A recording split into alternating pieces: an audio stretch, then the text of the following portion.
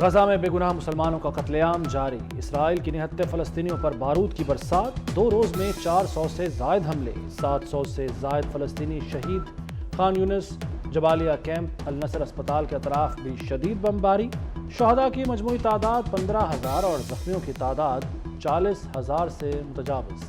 غزہ کی وزارت صحت کا کہنا ہے کہ شہداء اور زخمیوں میں 70% تعداد خواتین اور بچوں کی ہے۔ غزہ میں جنگ بندی کی کوششوں میں تعطل، اسرائیل نے قطر سے اپنے مذاکراتی نمائندے واپس بلا لیے، حماس نے تمام یرغمالی خواتین اور بچوں کو رہا نہیں کیا، اسرائیل کا الزام۔ حماس کے پاس اب بھی 15 خواتین اور 2 بچے ہیں، اسرائیلی وزیر دفاع کا دعویٰ۔ حماس نے مکمل جنگ ختم ہونے تک قیدیوں کے تبادلے سے انکار کر دیا، اسرائیلی یرغمالی ڈھونڈنے کے لیے برطانیہ کود پڑا، طیاروں سے غزہ کی جاسوسی کا اعلان۔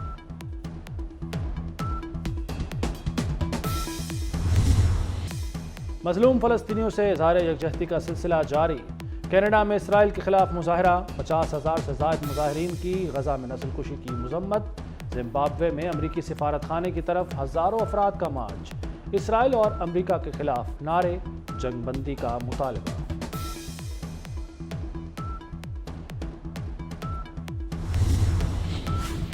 پاکستان کا غزہ میں فوری جنگ بندی کا مطالبہ، اسرائیلی جارحیت نہ رکی تو آگ پورے خطے کو لپیٹ میں لے لے گی، وزیر اعظم انوار الحق کاکڑ کا برطانوی ٹی وی کو انٹرویو، کہا مسئلہ فلسطین کے 2 ریاستی حل پر یقین رکھتے ہیں، امن کی خواہش ہے لیکن بھارت سے بھیک نہیں مانگیں گے، غیر قانونی مقیم غیر ملکیوں کی واپسی کا فیصلہ ملکی مفاد میں کیا، سماجی اور دہشت گردی کے چیلنجز سے نمٹنا ہے۔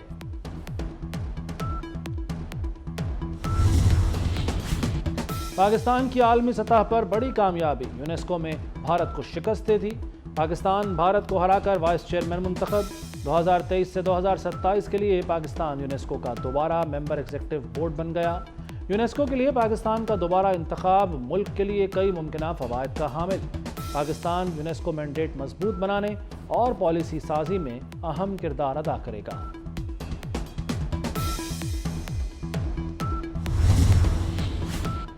سیاسی انتقام ہار گیا، اب مہنگائی اور معاشی بدحالی کو شکست دینی ہے، گالیوں اور کردار کشی میں قوم کا قیمتی وقت اور وسائل برباد کیے گئے، صدر مسلم لیگ نون شہباز شریف کا کہنا ہے الیکشن نہیں، عوام اور پاکستان کے معاشی مفادات کی جنگ لڑنے جا رہے ہیں، لاہور میں پارٹی رہنماؤں سے ملاقات میں گفتگو، عام انتخابات کی تیاریوں اور سندھ میں تنظیمی امور پر مشاورت۔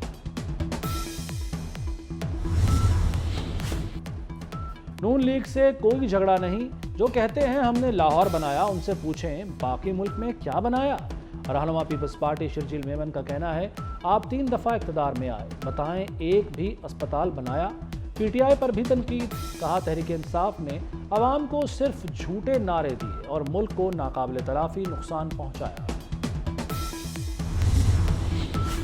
ہر شہری کے حقوق کا تحفظ کریں گے، ملک اور اسلام کے خلاف اٹھنے والے ہر فتنے کا مقابلہ کیا، سربراہ جے یو آئی مولانا فضل الرحمان کا ملتان میں تقریب سے خطاب، کہا سیاست کرتے ہوئے ہم نے دینی اور مذہبی شناخت کو برقرار رکھا، ایسے رویوں کو اپنایا جن میں فرقہ واریت کی کوئی گنجائش نہیں۔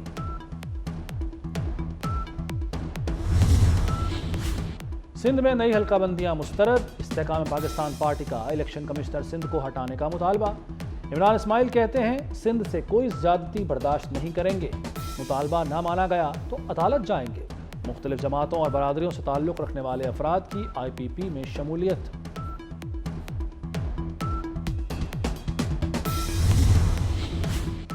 ایم کیو ایم کو بھی حلقہ بندیوں پر تحفظات، خالد مقبول صدیقی کی سربراہی میں وفد آج چیف الیکشن کمشنر سے ملاقات کرے گا، کراچی اور اندرون سندھ کی حلقہ بندیوں پر تحفظات الیکشن کمیشن کے سامنے رکھے جائیں گے۔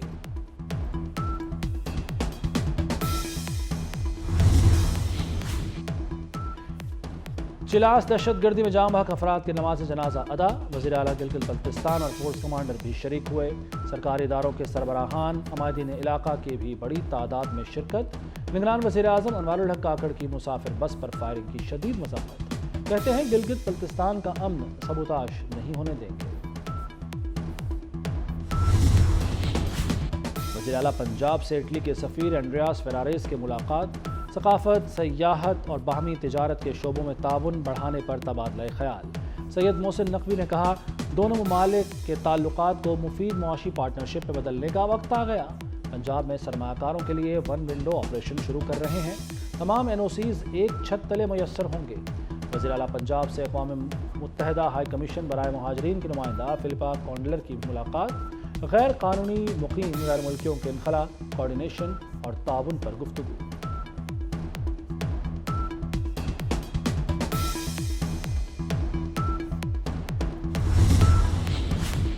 وزیر تجارت و صنعت گوہر اعجاز کی ترکیہ میں ترک ہم منصب عمر بولاد سے ملاقات۔ دو طرفہ تجارت و سرمایہ کاری بڑھانے پر تبادلہ خیال۔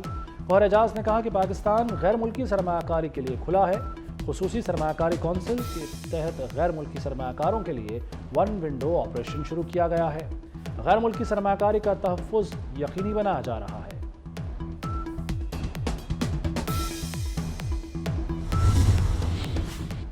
آرام دہ صوفے، مستعد عملہ، کرسیاں۔ وزیر اعلیٰ پنجاب سید محسن نقوی نے لاہور میں تھانہ ہنجروال کی نئی عمارت کا افتتاح کر دیا۔ فرنٹ ڈیسک سمیت مختلف حصوں کا معائنہ کیا، ٹوکن مشین سے ٹوکن لیا۔ میڈیا سے گفتگو میں کہا کہ صوبے کے 737 تھانوں کی اپ گریڈیشن کا عمل جاری ہے، جلد پولیس کلچر کی حالت بھی بہتر نظر آئے گی۔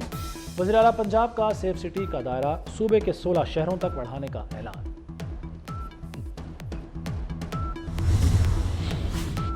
وزیر اعلیٰ پنجاب کا لاہور میں تھانہ علامہ اقبال ٹاؤن کا دورہ۔ سائلین کی FIR کے اندراج میں تاخیر کی شکایات۔ سید محسن نقوی نے SHO کو معطل کر دیا۔ بغیر ڈرائیونگ لائسنس حوالات میں بند نوجوانوں کو قانونی کارروائی کے بعد رہا کرنے کا حکم۔